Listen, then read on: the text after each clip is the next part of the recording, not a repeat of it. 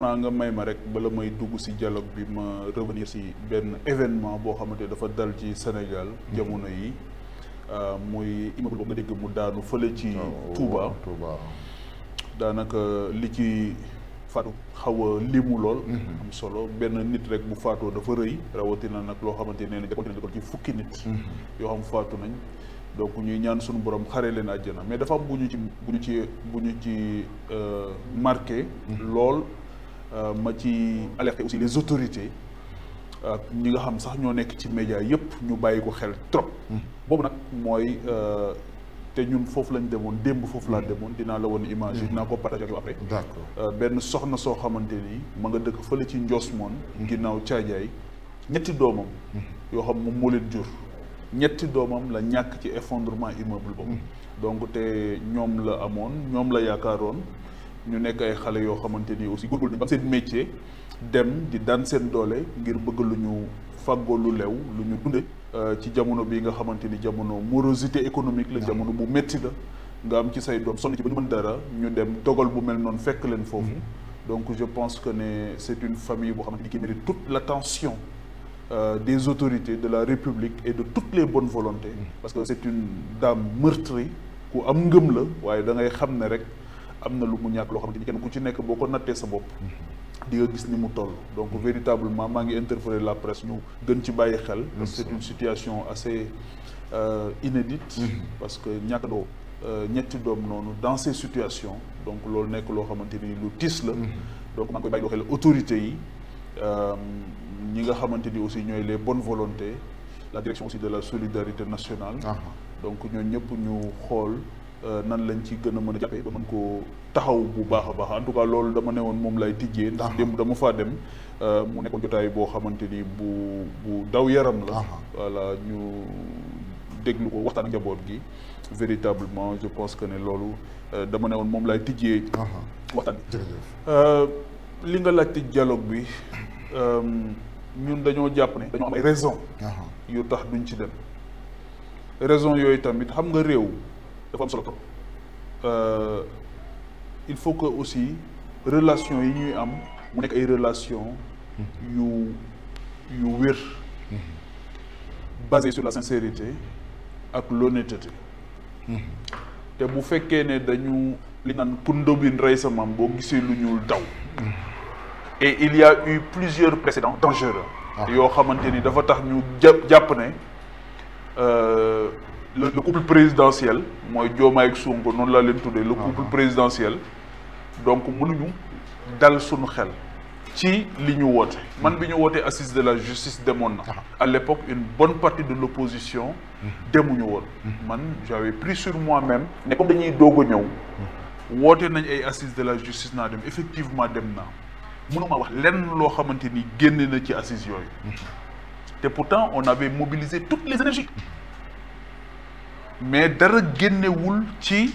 assise de la justice yooyu li nga xamante ni moo doon ci le mën naa wax ne le point le plus important qui était très attendu et qui faisait partie de leur promesse nga xamante ni ñoom ñoo ko promettre nit ñi mooy que le président de la République day génn conseil supérieur de la magistrature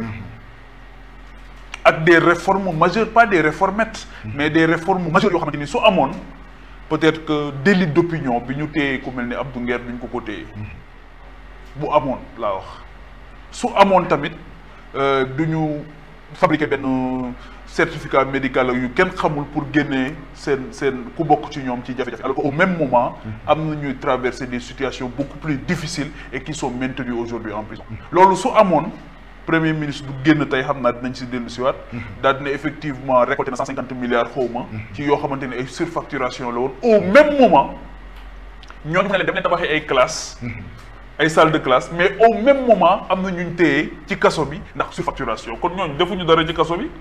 képp kuñ téye ci kaso bi fi mu ne nii ndax surfacturation defoo dara ci kaso bi parce que Ousmane nee na am na ci ñoo xam ne ci surfacturation la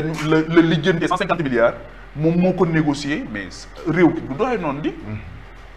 il faut que ñu xam ci yan condition la récupérer xaalis boobu ci yan condition lañ ko renégocier ñan ñoo ko renégocier ñan ñoo nekkoon en cause parce que bu fekkee ne loolu am na su boobaa c'est la justice qui doit entrer en jeu ndax équilibre mais du nekk moom mooy ñëw il n'est pas la justice et il tarde à le comprendre xam nga ci biir campagne bi dafa waxoon ne le ministre de la justice ku la wax ne autorité indépendante nga waxu la dëgg autorité politique la su ma la waxee jàppal da nga war a jàpp su ma la waxee defal da nga war a def et c'est ça qui est extrêmement grave c'est-à-dire que moom xel mi ci boppam moo toogagut ci lan la war a def ak lan la loolu moo tax d'ailleurs gis nga ko fi mu ne nii dinañ ci dellu siwaat sur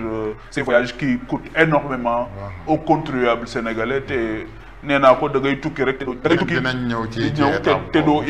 indi sérieux donc le dialogue man demoon naa ci justice bi dialogue réforme de la justice dara génn ci loolu mooy le premier élément l'autre élément mooy dañuy dem dafa wax ne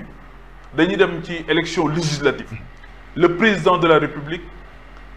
daal di consulter le Conseil constitutionnel laaj ko kañ lay mën a am ñu anticiper élection yi ñu jox ko date bi mu téye ko moom rek ak waa këram ba waa këram defaru ba pare mu xëy mettre toute la classe politique devant le fait accompli et personne kenn parewul donc dafa xeex à armes inégales daf leen bett daal mais daf ñu bett te loolu moom moo ko def avec voilà tayeef la ko defee donc loolu su ko nit defee te ne kilifa la kàddoom di mën a kii noonu loolu mën nga ko bañ a dégg beneen élément bi nga xam dafa am solo te mu fekk leen fi yéen ñëpp observateurs yi ngeen doon mooy daf ñu wax ne tel jour le premier ministre dina ñëw def si déclaration de politique générale ndekete ci lay dissoudre assemblée nationale bi alors que engagé na sa parole ne tel jour premier ministre dina ñëw ndekete birul donc mënoo boole loolu yëpp ba pare aussi ñu continuer di la woo moo tax ñun bi ñu bindee en tant que formation politique responsable dañu bindaat un document avec 10 ou 12 bonnes propositions yónnee waat leen ko d'ailleurs je suis heureux d'ailleurs de constater que l'essentiel des propositions yi ñu émettroon keroog fii devant la presse gis naa ne beaucoup ont été voilà gis naa presse bi reprendre ko et loolu dafay wane ne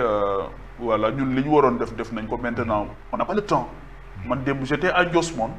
damay dem feneen ci biir réew mi amuñu temps ñu caporaliser toutes ces énergies ne dañuy réfléchir da nga wax sax ne dialogue national c'est un dialogue politique. non thème bi mooy le système politique. non c'est un dialogue politique Diomaye dafa wax ne du dialogue national dialogue politique la. dafa wax ne dialogue politique bi may woote le 28 mai. nga xam dafa souiller sax la date du 28 mai.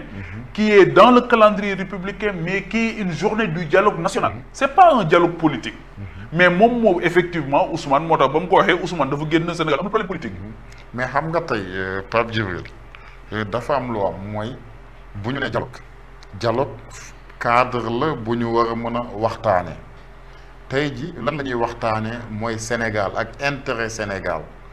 mais est-ce que tey li ngeen di wax demoon toog ci dialogue bi wax ko foofu ñëpp dégg ko ak ñi ngeen bëgg a waxal ñoom ñi foofu ñu dégg ko est-ce que nekkul woon moo gënoon yenu maanaa